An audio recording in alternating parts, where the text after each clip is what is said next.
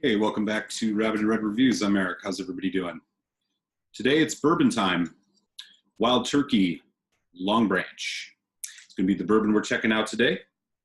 Little bit about this bourbon before we get into the nose, taste, finish review. I'll chat about the value, of course, give you my final thoughts and score it, and leave you with a malt musing.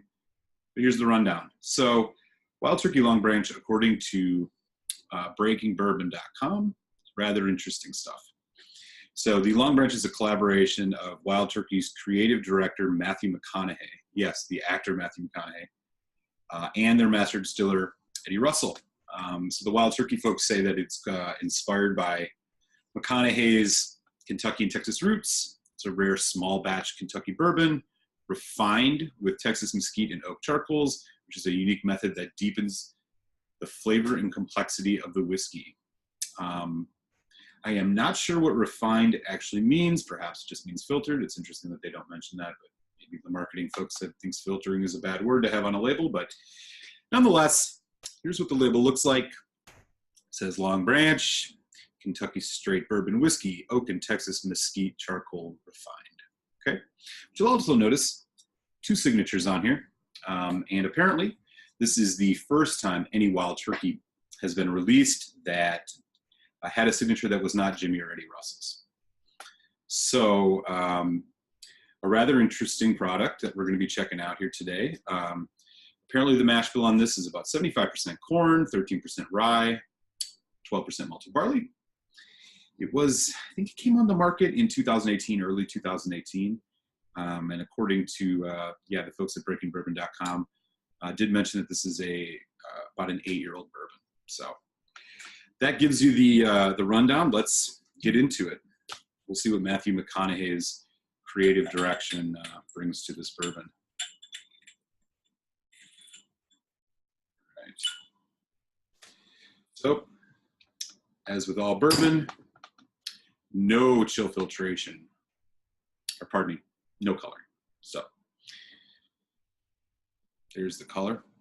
Kind of a nice dark orangish gold. Okay. So, starting with the nose.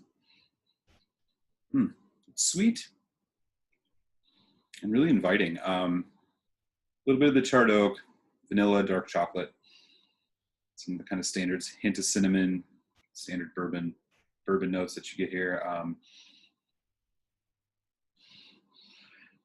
There's also a little bit of a dark chocolate. There's like okay, so I wonder if this is the mesquite. It's like a really slight barbecue smoky sweetness, really, really subtle. I wonder if that's actually the mesquite charcoals that it has been refined in. So it is showing up a little bit on the nose at least, so it's a little bit unique. Yeah, let's give it a taste.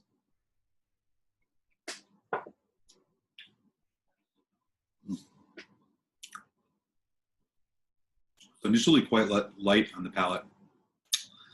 It develops into kind of a creamy, there's a fruitiness, and then quickly into kind of a sweet vanilla, toffee. It starts to dry.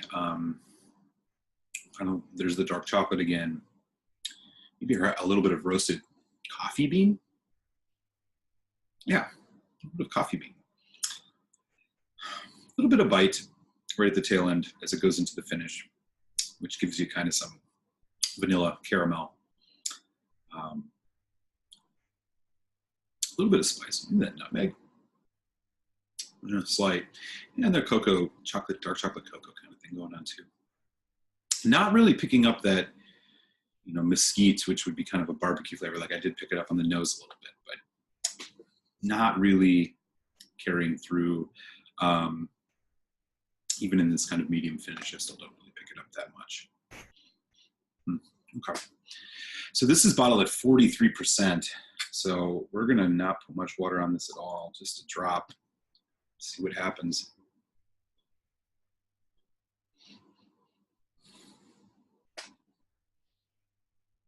Okay. So with the addition of water on the nose, getting a little bit more, I guess, I can loosely define as kind of a charcoaly barbecue, like, Smells like a grill that was used maybe a few hours ago. Really, really faint though. Vanilla, cinnamon, still there on the nose. Nose hasn't changed much with water.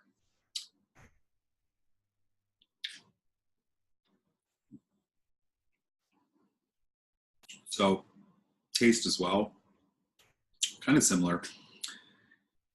Bit light, comes in sweet. Then that drying kicks in again. A bit more drying now with the addition of water. Again, there's that kind of that dark chocolate, roasted coffee bean, kind of toffee, a little bit of oak, not much. Really, really kind of a balanced, very kind of smooth and unchallenging for the most part, but pretty tasty. The finish, chocolate stands out a little bit more on the finish. Yeah, still about a medium finish. Not all that bad. Here's one more look at the bottle. Really nice looking bottle, as I said. I like it. Thick glass, kind of unique. Doesn't even prominently say much about it, other than this little bit of label on the front. I would have thought they would have had a whole spiel on here about Matthew McConaughey and stuff, but they don't. Kind of keep it more of a minimalist approach, going kind of for a little old school. It's like the Bully bourbons with the embossed words on it. But okay, all right. So talking about value, this is not exclusive at all. You can find this stuff anywhere. $25 to $35. I am a big fan of Wild Turkey. I do have a review of their Wild Turkey Single Barrel Kentucky Spirit. I did a couple months back. Be sure to check that out. But you know, for the same price, you get a bottle of Wild Turkey 101. Higher proof. Might not be quite as aged, but right around the same. Personally, I'd probably just reach for that. It's a bit more versatile and also a delicious sipper in its own right. So, okay. So final thoughts here. It's interesting, but I could see it would polarize Wild Turkey fans. So the lower proof, you know, was kind of chosen by Matthew McConaughey when, you know, crafting this was almost certainly to make this like a sipping whiskey straight out of the bottle that anybody can enjoy. They succeeded in that respect.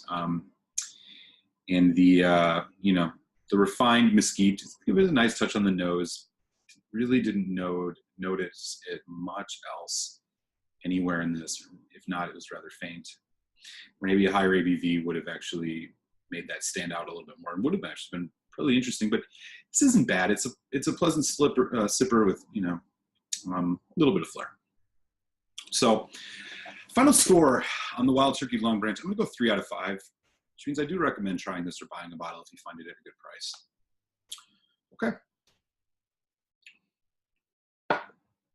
Hope you enjoyed this review, but gave you some good information on Longbranch and whether or not this is something that you want to add to your liquor cabinet at home. I'll send you to your malt musing, and we'll catch you next time here on Robin and Red Reviews. Cheers, y'all.